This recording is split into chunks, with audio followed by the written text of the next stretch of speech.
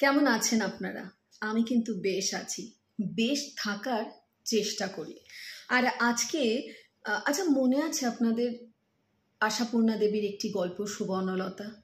তার এক ফালি বারান্দার জন্য আগ্রহ, আবেগ এবং সেটা পূরণ না হওয়ার জন্য কি ভয়ানক যন্ত্রণা তাকে চেপে বসেছিল। এক সময় সে সংসার থেকে যেন তার সমস্ত মোহ, মায়া, আনন্দ, শান্তি সবটাই উবে গেছিল।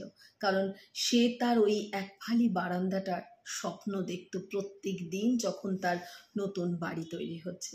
ঠিক সেই রকমভাবে কখনো আবার একটি গোটা আম, ছোট থেকেই গোটা আম খেয়ে অভ্যেস, অথচ শ্বশুর বাড়িতে এসে শাশুড়ি মা কখনোই একটা গোটা আম দেয়নি, নয় একটা আঁটি কিংবা আমের একটা পিস। হয়তো স্বচ্ছতা অনেকটা ছিল, স্বচ্ছলতাও প্রচুর ছিল, কিন্তু তবুও যেন হাতে ধরে দিতে পারেননি তিনি কখনোই। কিংবা বাড়িতে প্রচুর কাঁঠাল, প্রচুর কলা, প্রচুর নারকেল, অথচ ফল খেতে গেলে বাড়ির বউটির আর ফল খাওয়া উচিত নয়। সে কি বসে বসে ফল খাবে, তার তো আরও অনেক কাজ। এরকম নানাবিধ বাধা আমাদের জীবনে আমাদেরকে ফেস করতে হয়। এবং কিছু সময় দেখা গেছে যে এইরকমভাবে একজন পুরুষ মানুষও হয়তো যেরকম জামাই আদরের গল্প ছোট থেকে শুনে এসেছে, তার শ্বশুর বাড়িতে হয়তো সেই রকম জামাই আদর কখনোই তার ভাগ্যে জোটেনি। এই যে নানান ধরনের অপূরণতা, যন্ত্রণা, কষ্ট, যেগুলো আমরা সেই সময়ে হয়তো অনেকটাই চেপে গেছিলাম, কিংবা বলেছি, কিংবা যথার্থভাবে বলা হয়নি, অথবা বলতে নেই বলে সমাজের কাছে, শ্বশুরবাড়ির কাছে, আপনজনের বাইরে বা আপনজনের কাছেও সবসময় সব কিছু চাইতে নেই বলেই যাদেরকে ছোট থেকেই শেখানো হয়, সেই মানুষগুলো কিন্তু আদপেও তাদের মনের ইচ্ছে, তাদের স্বাদ পূরণের কথা তারা বলে উঠতে পারে না। এইরকমও ঘটনা দেখেছি যে ভদ্রমহিলা বলছে যে গোটা সিজনে আমি কোনোদিন ইলিশ মাছ খাই না। হ্যাঁ, কেন খান না? তার হাজবেন্ড বলছে আমি অনেকবার ওকে সাদাসাদি করেছি কিন্তু ও খায় না। ভদ্রমহিলার সাথে যখন কথা বলেছি, বুঝেছি তার ইলিশ মাছ খাওয়ার ইচ্ছেটা চলে গেছে, যদিও এটা তার একমাত্র প্রিয় মাছ। শ্বশুরবাড়িতে আসার পর থেকে পছন্দের মাছটি তুলে দেওয়া হতো না, কখনোই পছন্দের মাছের পিসটি তাকে তুলে দেওয়া হতো না, লেজা কিংবা মুড়ো, এই ছিল তার বরাদ্দ। আস্তে আস্তে তার প্রতি, এই মাছটির প্রতিও বিতৃষ্ণা। শ্বশুরবাড়ির লোক একসময় বুঝতে শিখেছিল বা বুঝে গেছিল যে ও ইলিশ মাছ খায় না। আসলে ওর সব থেকে ফেভারিট ছিল ইলিশ মাছ, সেটা কিন্তু কখনোই ভালোভাবে তাকে দেওয়া হয়নি। এইরকম অজস্র কাহিনী আমাদের জীবন ভোর হয়ে থাকে পাতায় পাতায়। কিন্তু না বলা এই কথাগুলো কোনো এক সময় রোগের কারণ হতে পারে, সেটা কি জানেন? হ্যাঁ, আজকে আমার বিষয় সেটি। আজকে আমি পোস্ট ট্রমাটিক স্ট্রেস ডিসঅর্ডার নিয়ে কথা বলছি। যেহেতু এই বিষয়টি নিয়ে এই রিসেন্টলি এতগুলো কাজ একসাথে করছি এবং তখন মনে হলো না, আমি তো আমার পেজে এটা কখনো আলোচনা করিনি এবং খুব কম আলোচনা হয়। আজকে এই বিষয়টার উপর আলোচনা করব যে ধরুন, যেমন আমার কাছে একজন ভদ্রমহিলা যখন সেশন করছেন, তার সেশন চলছে এখনো, তো তিনি কিন্তু তার হঠাৎ করে বাথরুমে পড়ে গিয়ে দাঁতটা ভেঙে যায় এবং সেই দাঁতটা ভেঙে যাওয়ার পর থেকে যে কান্না তার শুরু হয়েছে, দীর্ঘ 6-7-8 মাস কেটে গেছে, সে আজও কেঁদে চলেছে এবং আজও সে যন্ত্রণা বিদ্ধ হয়ে আছে। তার দাঁত কিন্তু সুন্দরভাবে অ্যাস্থেটিক দাঁত তৈরি হয়ে গেছে, এক বিন্দুও বোঝা যাচ্ছে না, কিন্তু তার কান্না থামানো যাচ্ছে না। সে ডিপ্রেশনের শিকার, কিচ্ছু ভালো লাগছে না, সংসারের কোনো দায় দায়িত্ব তার ইচ্ছে করছে না নিতে। এটা একটা ঘটনা। আরেকটি ঘটনা হলো, হঠাৎ করেই একজন আর্থ্রাইটিসের পেশেন্ট, তার হাঁটুতে এত জোরে তিনি যন্ত্রণার শিকার হয়েছেন, সেটাও তার একটা হাঁটুতে ব্যথা পেয়ে সেটা ট্রিগার হয়ে গেছে। তারপর থেকে তার স্ট্রেস, তার ডিপ্রেশন কাটানো যাচ্ছে না এবং এই যন্ত্রণাগুলোর সাথে সাথে যোগ দিচ্ছে তার অতীত। হ্যাঁ, এই যে ভদ্রমহিলার কথা বললাম যে ট্রিগার হয়ে গেলেন, যিনি ডিপ্রেশনে চলে গেলেন, দাঁত ঠিক হয়ে গেছে, কান্না থামছে না। প্রত্যেকটি সময় মনে হচ্ছে আমার সাথে অন্যায় হয়েছে, এবং প্রত্যেকটি সময় তিনি জাস্টিফাই করার চেষ্টা করছেন নিজের সাথে। জানেন কি, এই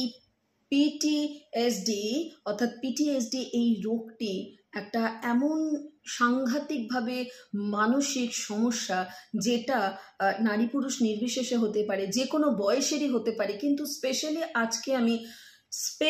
আজকে আমি মধ্যবয়স্ক মানুষদের কথা বলছি। 45-এর পরে গিয়ে হাজব্যান্ড গিফট নিয়ে এসেছে, গিফটটা ধরছেই না, খুলছেই না, দেখছেই না, অনীহা, সাংঘাতিক অনীহা। কেন? বাচ্চা প্রশ্ন করছে, মা এত ভালোবেসে বাবা নিয়ে এসছে, তুমি কেন গিফটটা নিচ্ছ না? তার মনে পড়ছে যখন তার জ্বর হয়েছিল, ডাক্তার তাকে বলেছিল, এবং খুব ক্রিটিক্যাল একটা জ্বর হয়েছিল তার, ডাক্তার তাকে বলেছিল যে তা ভালো পুষ্টিকর খাবার খাওয়াতে। তখন হাজব্যান্ড বলেছিলেন যে না, এত পয়সা আমার কাছে নেই, এত পুষ্টিকর খাওয়ানো, ডাল ভাত যেটা হচ্ছে সেটাই। সেই যে আঘাত, যখন তিনি আজকে মধ্যবয়স্কে পৌঁছেছেন, কোনো একটা দুঃখ পাচ্ছেন, এমনকি এই যে সাম্প্রতিককালে যুদ্ধ দেখতে পাচ্ছি আমরা হচ্ছে, এগুলোতেও ট্রিগার করে যাচ্ছে কারোর, কিংবা কখনো কখনো শরীর খারাপ, ভিন্ন ধরনের একটা শরীর খারাপ হয়েছে। করোনার সময় আমরা এটা নিয়ে প্রচুর কাজ করেছি করোনার সময়। পোস্ট ট্রমাটিক স্ট্রেস ডিসঅর্ডার হচ্ছে একটা দুঃখ পেল, সেই দুঃখটা তার পরবর্তী সময়ে এমনভাবে তার মনে চেপে গেল যে ডিপ্রেশনের শিকার হয়ে যাই আমরা। এখন আর কিচ্ছু ভালো লাগছে না, মনে পড়ে যাচ্ছে শাশুড়ি কখন কোন সময় দুর্ব্যবহার করেছিলেন, মনে পড়ে যাচ্ছে শ্বশুর কি ধরনের তাকে মন্তব্য করে ঘর থেকে বার করে দিয়েছিলেন, মনে পড়ে যাচ্ছে স্বামী বা স্ত্রী কি ধরনের আচরণ করেছেন। কখনো কখনো বাচ্চাদের ক্ষেত্রেও আমি বলছি যে বাচ্চাদেরও কিন্তু একই রকম প্রবলেম হয়, হয়তো সে পড়ে গেছে, তার পা ভেঙে গেছে কিংবা হাত ভেঙে গেছে, তখন তার একটা এত সিভিয়ার লেভেলে ডিপ্রেশন সে ফেস করে, কনসেন্ট্রেট করতে পারে না, যন্ত্রণা হতে থাকে, তার কষ্ট হচ্ছে শারীরিক, সে মানসিক কষ্টও পাচ্ছে, কনস্ট্যান্ট কেঁদে চলেছে। কখন বাবা কিছু বলেছিল সেদিন, মা কিছু বলেছিল, ঠাম্মি কিছু বলেছিল, এটা বাচ্চাদের ক্ষেত্রেও হয়। যদিও আমি বারবারই বলছি, আজকে আমি এই বিষয়টি সম্পূর্ণ মধ্যবয়স্ক মানুষদের জন্য আলোচনা করছি। কেন হয় অনেক সময় আমরা বুঝতে পারি না, আরে পুরোনো দিনে কি হয়েছিল। আমি তো স্পেশালি বারবার বলি যে পুরোনো দিনের কথা ভুলে যান, কারণ সেটা ডিলিট না করতে পারলে নতুন কিছু আপনার ব্রেন রিসিভ করতে পারবে না। কিন্তু বুঝতে হবে আমাদের যে মনের 3টে স্তর, এই কনশাস, সাবকনশাস, আনকনশাস লেভেলে, যেগুলো আমরা সময় মতো সেগুলো মিটিয়ে ফেলি না, আমাদের মন কিন্তু সমস্ত আনকনশাস লেভেলে সেগুলোকে সুন্দর করে সেভ করে রেখে দেয়। একদম একটা কি বলবো, একটা ফোল্ডার। এই ফোল্ডার কখন যে খুলে যাবে, কোন ট্রমা, কোন যন্ত্রণা, কোন আঘাতের ফলে আবার এই ফোল্ডারটা খুলে গিয়ে সারাক্ষণ একটা মানুষ বিড়বিড় করছে, নিদ্রাহীনতা, দিনের পর দিন ঘুম আসছে না, সারাক্ষণ চোখে জল আসছে, জীবনটাই শেষ হয়ে গেল, হোপলেস ফর লাইফ, জীবনের জন্য কোনো রকম আশা নেই, কি হবে আমার জীবনটা দিয়ে। এটা কিন্তু ঠিক এই মধ্য বয়স থেকে শুরু হয়, এবং এটা আমরা অনেকেই বুঝতে পারি না যে এর জন্য কাউন্সেলিং করতে হয়, কারণ একমাত্র কাউন্সেলিং, সিবিটি একমাত্র এই মানুষগুলোকে সুস্থ করতে পারে। কেন একজন মানুষের দাঁত ভাঙার পর সে সর্বক্ষণ চোখের জল ফেলবে? দাঁত ঠিক হবে, চলে আসবে, হয়তো সাময়িক হবে, 10 দিন, 12 দিন, 14 দিন, দাঁত যেই ঠিক হয়ে যাবে তখনই সে ঠিক হয়ে যাবে। আর্থ্রাইটিসের পেশেন্ট, সে ব্যথা পেয়েছে, ঠিক আছে, তার জন্য ব্যান্ডেজ হোক, ওষুধ হোক, ফিজিওথেরাপি হোক, সব চলবে। কিন্তু কেন তার সাথে তার পুরনো দিনের কথা কেন মনে পড়বে? এই সমস্ত যে ফোল্ডারগুলো, সেগুলো ওপেন হয়ে যাচ্ছে ট্রমাটায় আসার পর। কোনো একটা ট্রমার সাথে, হয়তো ধরুন স্বামী স্ত্রীর সম্পর্কের মধ্যে যে ইন্টিমেসি, হঠাৎ করে কোনো একটা ট্রমার পরে সেই ইন্টিমেসি তাকে বারবার করে ছোটোবেলার কোনো শ্লীলতাহানির কথা মনে করাচ্ছে, কিংবা কারোর দ্বারা সে অ্যাবিউজ হয়েছিল সেটা মনে করাচ্ছে, কোনো একটা রেপ কেস সে দেখে ফেলেছিল সেটার কথা মনে পড়ছে, এবং সারা রাত চোখ বন্ধ করলেই সেটা মনে করছে। এগুলোকেই আমরা পিটিএসডি বলছি। এবং এই পিটিএসডির ফলে এমনও হয় মানুষ কিন্তু তার জীবনের প্রতি আশা হারিয়ে ফেলে জীবন থেকে বেরিয়ে আসার চেষ্টা করে, এই জীবন রাখতে চায় না। হ্যাঁ, তাই এই ভিডিওটা দেখতে দেখতে প্লিজ কেউ ট্রিগার হয়ে যাবেন না। আমার ভিডিওটা করার উদ্দেশ্য হলো যাতে আমরা বুঝতে পারি আমার কি সমস্যা। এই যে বললাম যার দাঁত ভেঙে গেছিল, সে কিন্তু কনসাসলি কাউন্সিলিং করতে হবে, তিনি বুঝতে পারছিলেন যে আমি কেন কাঁদছি, এবং তার জীবনের ধারাবাহিকতাতে আমি দেখতে পাচ্ছি কাউন্সিলিং করতে হয়, নিয়মিত কাউন্সিলিং করতে হয়, প্রায় সপ্তাহে একটি করে কাউন্সিলিং করে যেতে হয়। দেখতে পাচ্ছি যে তার যন্ত্রণার ভাণ্ডার শেষ হচ্ছে না। তিনি একটার পর একটা যখন বলছেন আমি শকড হচ্ছি, হ্যাঁ সত্যিই মানুষটা, অথচ সেই সময় তিনি বলেছিলেন সেই রকমভাবে বলা হয়নি, সেই রকমভাবে তার কষ্টের জায়গা নিয়ে কেউ আলোচনা করেনি, সেই রকমভাবে তাকে কেউ গুরুত্ব দেয়নি। অ্যাসার্টিভনেসও এক্ষেত্রে খুব প্রয়োজনীয় একটি ইনফরমেশন আমি বলবো, যে আমাদেরকে অ্যাগ্রেসিভ না হয়ে অ্যাসার্টিভলি আমাদেরকে সেই সময় যখন মন খারাপ ভাবে বা একজন মানুষ ইমোশনালি আমাকে টর্চার করছে, আমি আম খেতে ভালোবাসি, এইরকম একজন ভদ্রমহিলা এসে বলেছিলেন যে ম্যাম আমার ফেভারিট ফ্রুট হলো আম, আর বাড়িতে আম একটা দুটো খেয়ে ফেলতাম, শ্বশুরবাড়িতে যাওয়ার পর কোনো দিন শাশুড়ি প্রথম কথা ভালো আম তো দিতই না, যেটা সব থেকে মজে যাওয়া আম সেটা দিতেন, এবং সেটারও আঠি কিংবা একটা পিস যখন বলতাম, বলতো না না খেলে বেশি অম্বল হবে, আমাশা হবে, কিন্তু আমার তো এটা হতো না। এক্ষেত্রে সে কিন্তু মনের মধ্যে চেপে গেছিল, বা কখনো কখনো প্রকাশ করেছিল, কখনো লুকিয়েও খেয়েছিল। আমি বলেছিলাম যে নিজে কিনে নিয়ে এসে খাওয়ার জন্য, কেন নিজে কিনে নিয়ে এসে খাওনি কেন? সেই সুযোগ তার ছিল না, একান্নবর্তী পরিবার, আর মুখের ওপর বলা, সেটা বলার মতো সাহস কিন্তু তার ছিল না।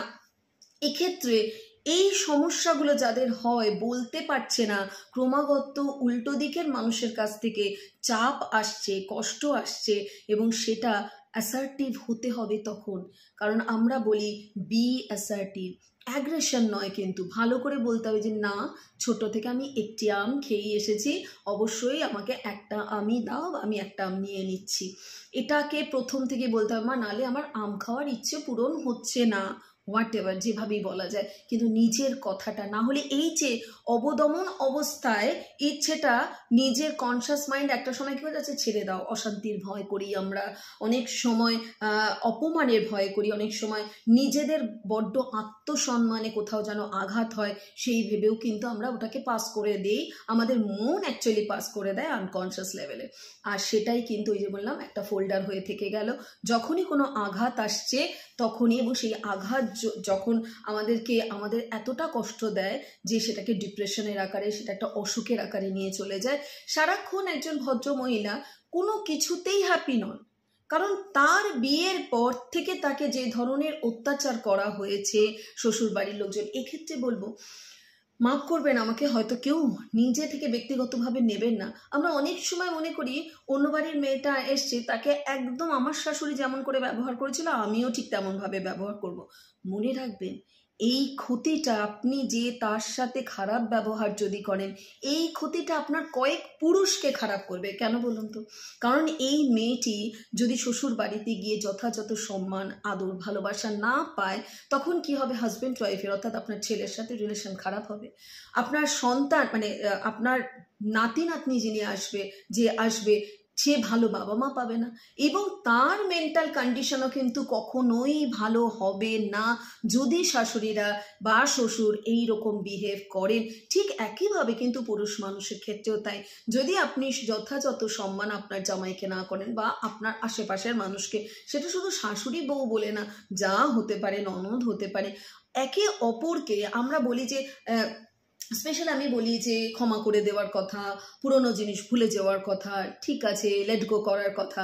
কিন্তু আজকে আমার এই ভিডিওটা সেই মানুষদের জন্য যে আপনার জন্য একজন মানুষ ডিপ্রেশন, স্ট্রেসের শিকার হয়ে যাচ্ছে, আপনি বুঝতেও পারছেন না আপনার ব্যবহার কতটা বিষাক্ত হয়ে যাচ্ছে অন্যের প্রতি, এবং সে হয়তো আপনারই প্রিয়জনের জীবনটাকেও দুর্বিষহ করে ফেলবে। তাই খুব কনসাস থাকবেন এই বিষয় যে এই পিটিএসডির মতো আরও অনেক রকমের রয়েছে রয়েছে, গ্যাডও রয়েছে, মানে জেনারেল অ্যাংজাইটি ডিসঅর্ডারও রয়েছে এর সাথে, এইরকমভাবে যুক্ত হয়ে যায়। অলওয়েজ একজন অ্যাংশাস হয়ে যাচ্ছে। একজন মানুষ আগে হয়তো একটা বাজ পড়লে পরে এরম চিৎকার করতো না, ছাদে গিয়ে জামা কাপড় নিয়ে আসতো। একটা বাজ পড়ছে কিংবা বৃষ্টি পড়ছে, তার আওয়াজে সে এত ট্রমাটাইজড যে এমন এমন ভয়ঙ্কর অ্যাংশাস হয়ে যাচ্ছে, পুরো গোটা পরিবারটাকে কিন্তু ভীত সন্তুষ্ট করে দিচ্ছে। এবং তার সাথে সাথে তার মানসিক পরিস্থিতি এমন যে সে হ্যাপি নয়, সারাক্ষণ কোনো কাজ করানো যাচ্ছে না তাকে দিয়ে, সে কোনো কাজ করতে চাইছে না। একজন মানুষ দুর্ধর্ষ, একজন ভদ্রমহিলার কথা বলি, দুর্ধর্ষ সে ভালো রান্না করতো, হঠাৎ করে তার জীবনে কি হলো, সে রান্নাঘরে যাওয়া বন্ধ করে দিল। এইরকম হাজারো একটা ঘটনার সম্মুখীন আমরা হই এবং আমরা কিছুতেই বুঝতে পারি না কেন এই পরিবর্তনটা হলো।